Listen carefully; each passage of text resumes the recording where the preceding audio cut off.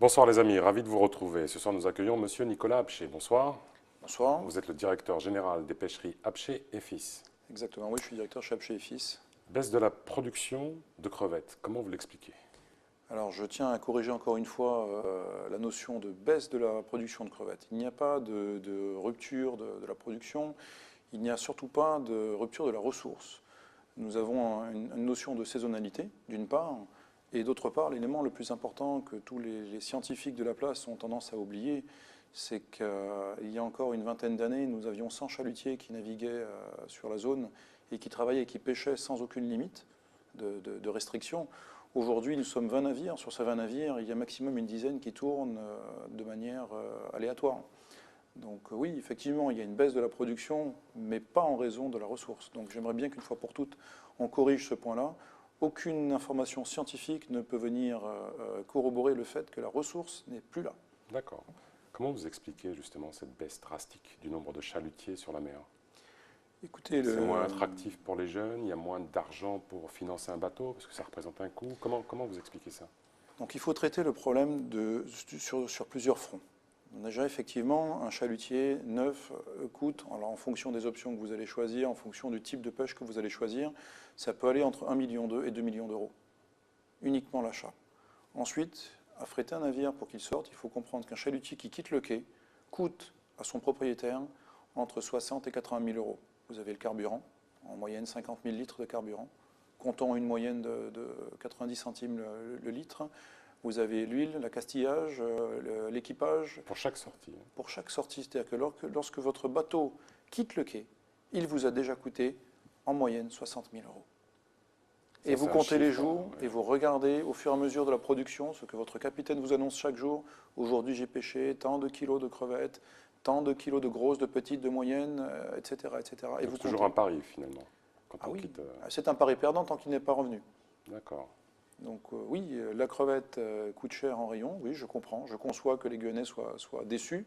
Malheureusement, alors je ne suis pas là non plus pour pleurer, je veux juste afficher une réalité des choses. Elle coûte cher à pêcher, d'une part. Nos navires sont vétustes, ils ont en moyenne d'âge 30 ans. Ce sont des navires d'une autre génération, d'une autre époque. Et malheureusement, ils nous coûtent une fortune en réparation, une fortune en entretien. Mais malgré tout, lorsque vous êtes engagé dans une activité, vous ne pouvez pas la laisser tomber. Parce que derrière ça, vous avez des équipages, derrière les équipages, vous avez leur famille, et ainsi de suite. La CTG, qui se veut un peu pilote du développement économique, avait annoncé des fléchages de fonds pour les ressources halieutiques. Il n'y a pas moyen d'en bénéficier pour moderniser cette flotte? Écoutez, je vais peut-être faire lever une polémique à nouveau, mais si on prend le plan de compensation des surcoûts, vous parlez de la CTG, aujourd'hui la CTG a récupéré la gestion du plan de compensation et elle a énormément de difficultés à mettre en paiement cette compensation qui est due aux armateurs, aux usiniers, aux petits artisans. Donc si vous voulez, aujourd'hui, le nouveau système permet de couvrir l'intégralité de l'activité. Mais au même titre que la pêche, au même titre que d'autres secteurs, malheureusement, les fonds ne viennent pas. Alors oui, il y a des coups de pub, on a payé un tel, on a payé un tel, on met des montants sur le journal, mais ce que l'on oublie, c'est que ces montants sont dus depuis 2014. On a une comptabilité à gérer, on a des salaires à payer. Ces sommes qui devraient être en caisse et permettre donc aux sociétés de travailler, aux artisans de renouveler leurs navires, d'avoir un fonds de roulement, de renouveler leurs navires, de réparer leurs moteurs, de réparer leurs filets, et puis de payer tout simplement leur salaire. Cet argent, ils ne l'ont pas. Si à côté de ça, les banques ne suivent pas, et même lorsqu'elles suivent, vous payez des taux d'intérêt. Donc toutes ces choses-là, tous ces retards ont un coût. Aujourd'hui, encore bon nombre d'entreprises n'ont toujours pas touché leur plan de compensation qui est censé les aider à investir et à avancer. Alors, comme c'est la première fois que vous êtes là, on va faire fi de la politique, on va essayer d'être dans le pédagogique. Qu'est-ce qu'on pêche en Guyane? Qu'est-ce qui se vend aussi? Alors, on pêche beaucoup de variétés de poissons, de crevettes en Guyane. On a de la scarlette, alors la fameuse scarlette qui est la crevette rouge pêchée en haute mer au large de Saint-Laurent, enfin au large de Mana et à la frontière du Suriname. Elle démarre sur cette zone-là, elle démarre sur la zone frontalière avec le Suriname et elle remonte sur le Suriname et sur le Guyana. Donc si vous voulez, cette pêche est une pêche très spécifique. Elle est restreinte sur 3 à 4 mois de l'année pour la Guyane, donc très compliquée à mettre en œuvre et très coûteuse aussi. Donc si vous voulez, effectivement, on a aujourd'hui 2 navires en Guyane qui sont capables de pratiquer cette pêche. Donc c'est quelque chose que l'on ne fait que très sporadiquement. Et depuis 4 ans, malheureusement, nous n'avons pas pu recommencer cette pêche. Ensuite, vous avez la crevette classique que vous avez dans vos assiettes et la crevette orange qui, elle aussi, est de saison. Elle est pêchée l'été pour essayer de compenser les pertes de fonctionnement des navires. À chaque fois, il y a toujours des débouchés. Vous travaillez avec les distributeurs locaux. Alors, c'est très compliqué à distribuer parce que malheureusement, sur le marché national et international, nous sommes confrontés à la crevette d'élevage, qui elle a un prix un rendement beaucoup plus important, un coût de revient beaucoup plus intéressant.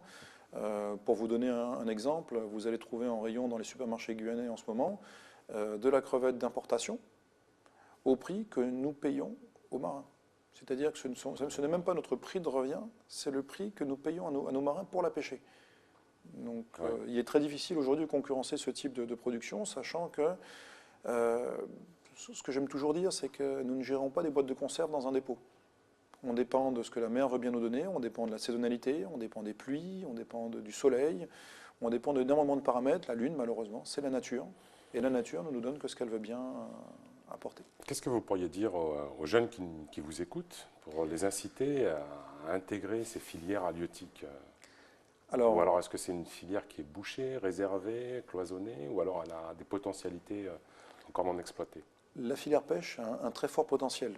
Le gros problème de la filière pêche, comme malheureusement d'autres filières en Guyane, il n'y a aucune structure. Nous n'avons pas de port, nous n'avons pas d'infrastructure dédiée à la pêche. Il n'y a pas de formation aussi, il n'y a pas de lycée de la pêche. Alors, il y a un lycée, mais apparemment qui sera en difficulté, mais je n'ai pas d'informations outre mesure, donc je n'aimerais pas m'étendre sur ce sujet-là. Nous avons, nous, dans notre société, justement suivi un jeune depuis 4 ans maintenant, 5 ans, et on essaye de le former pour devenir capitaine. Malheureusement, la formation, on n'a pas connu assez d'adhérents pour pouvoir être maintenu. Et vous lancez un appel là? Vous dites aux jeunes Je dis aux jeunes, il y a du potentiel. Malheureusement, ce que je dis aux jeunes aussi, c'est que pour le moment, nos bateaux ne sont pas intéressants à utiliser parce qu'ils sont vieux. Et effectivement, c'est un tout, si vous voulez. Pourquoi on demande le renouvellement de la flottille? Ce n'est pas pour gagner plus d'argent. Oui, bien sûr, le résultat sera qu'on va, en théorie, être plus rentable. Proposer une crevette dans de meilleures conditions. Et surtout, permettre aux jeunes Guyanais, aux jeunes Français, de venir s'intéresser au secteur de la pêche. Moi, je peux comprendre qu'aujourd'hui, personne n'a envie de monter dans une tapouille où la vie à bord est très dure. Monter à bord d'un chalutier, la vie à bord est horrible. C'est quelque chose de très dur. C'est un métier qui est très compliqué. Déjà de nature. Alors, en plus, si nos navires ne suivent pas l'évolution, qu'on reste sur des navires inconfortables, comment voulez-vous attirer les jeunes? C'est un combat que vous allez mener. C'est un combat que nous menons tous ensemble. Toute la pêche guyanaise mène ce combat. Et malgré, sans faire de politique aucune, malgré tout ce qui s'est passé cette année, vous êtes déterminé. On est en tout cas décidé à faire ce qu'il faut pour arriver à bout. Et ce n'est pas donc une vision personnelle ou uniquement pour rapporter un bénéfice personnel, c'est vraiment pour développer l'activité pêche en Guyane parce qu'il y a quelque chose à faire. Et il y a beaucoup de choses à faire. Monsieur Nicolas Abché, le format d'émission est court. Merci d'avoir répondu à nos questions. Les amis, les programmes continuent sur ATV Guyane. Tchambé.